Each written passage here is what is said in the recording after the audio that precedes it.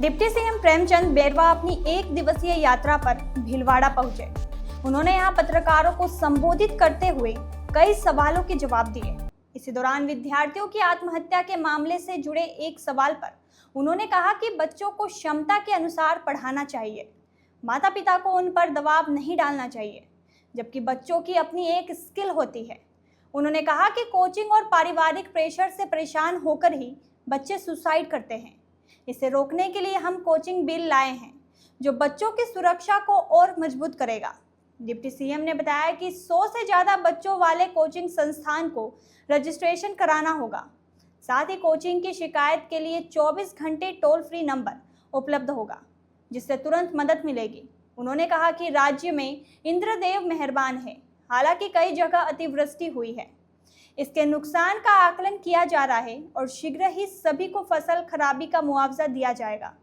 उन्होंने कांग्रेस प्रदेश अध्यक्ष गोविंद सिंह डोटासरा के विधानसभा अध्यक्ष वासुदेव देवनानी के खिलाफ अविश्वास प्रस्ताव की बात पर कहा कि अध्यक्ष संवैधानिक पद है, उनका सभी को सम्मान करना चाहिए।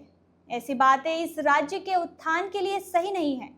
इससे पूर्व बैरवा ने कलेक्ट्रेट सभागार में जिला स्तरीय बैठक में अतिवृष्टि से खराब फसल के नुकसान का आकलन किया व सरकारी योजनाओं पर चर्चा की। सर्किट हाउस में विधायक गोपाल खंडेलवाल, महापौर राकेश पाठक, भाजपा जिला अध्यक्ष प्रशांत मेवाड़ा, महामंत्री अविनाश आदि ने उनका स्वागत किया।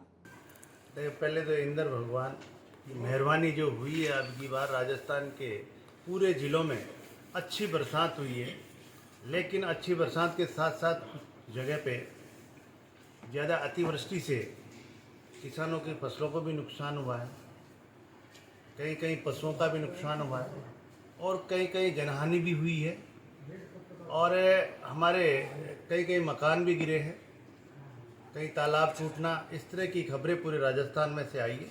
और इसको ध्यान में रखते हुए हमारे यशस्वी मुख्यमंत्री जी भजनलाल शर्मा जी ने विधानसभा का सेशन चल रहा था, जब भी सभी प्रभारी मंत्रियों को अपने अपने ज़िले में भेजकर और उनकी पूरी रिपोर्ट लेने के लिए भेजा है, क्योंकि जितना भी नुकसान हुआ है, जितने भी जो हानि हुई है, उसका सरकार उनको राहत देने के लिए जो भी नॉर्म्स है उसके अनुसार उनको राहत देने का काम करेगी। सर, हमने आपका क्या विचार ऐसा है, कोचिंग बिल आया नहीं, कोचिंग बिल पेश हो गया, पारित हो गया और हमारे जो बच्चे हैं वो आत्महत्या की तरफ जो बढ़ रहे थे, उनको रोकने के लिए और उनके अभिभावकों का सहयोग भी उसमें लिया है।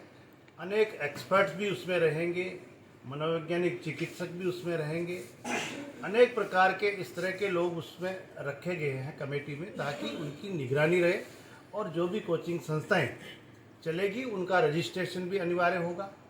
और हमने उसमें प्रावधान रखा है कि हम 100 बच्चों तक रजिस्ट्रेशन कराने की ज़रूरत नहीं है, क्योंकि इससे जो छोटे कोचिंग संस्थान हैं जो अपने बच्चों को पढ़ाते हैं, उनको भी इस दायरे से बाहर रखा गया है। मैं मानता हूं कि ये कोचिंग बिल को अनेक इंस्ट्रक्शन दिए गए इसमें, ताकि कोचिंग संस्था को अनिवार्य रूप से पेरेंट्स की मीटिंग भी करें, वो आपस में महीने में एक दो और 24 घंटे ऑनलाइन कोई शिकायत भी कर सके। और तमाम उस बिल में हमने वो प्रावधान किया है जिससे हम बच्चा अवसाद में नहीं आए, उस पर ज़्यादा प्रेशर नहीं पड़े।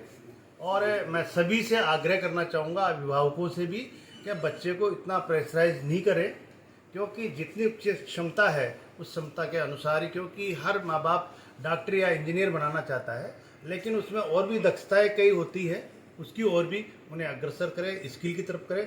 तो यही मैं कहना चाहूँगा कि जो कोचिंग बिल आया है, इसमें हाई कोर्ट का भी, सुप्रीम कोर्ट का, हाई कोर्ट का भी हमारे को निर्देश है कि हम सब ये जो बच्चे अवसाद में आके जो आत्महत्याएँ करते हैं, तो उनका हम कहीं न कहीं समाधान करें। इसके तहत ही हमारे यशस्वी मुख्यमंत्री भजनलाल शर्मा जी के निर्देशन पर ये कोचिंग बिल आया है।